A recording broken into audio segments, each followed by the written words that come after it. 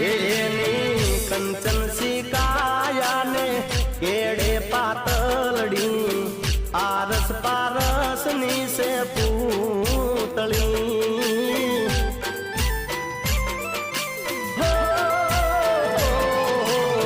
સખીઓ સંગાતે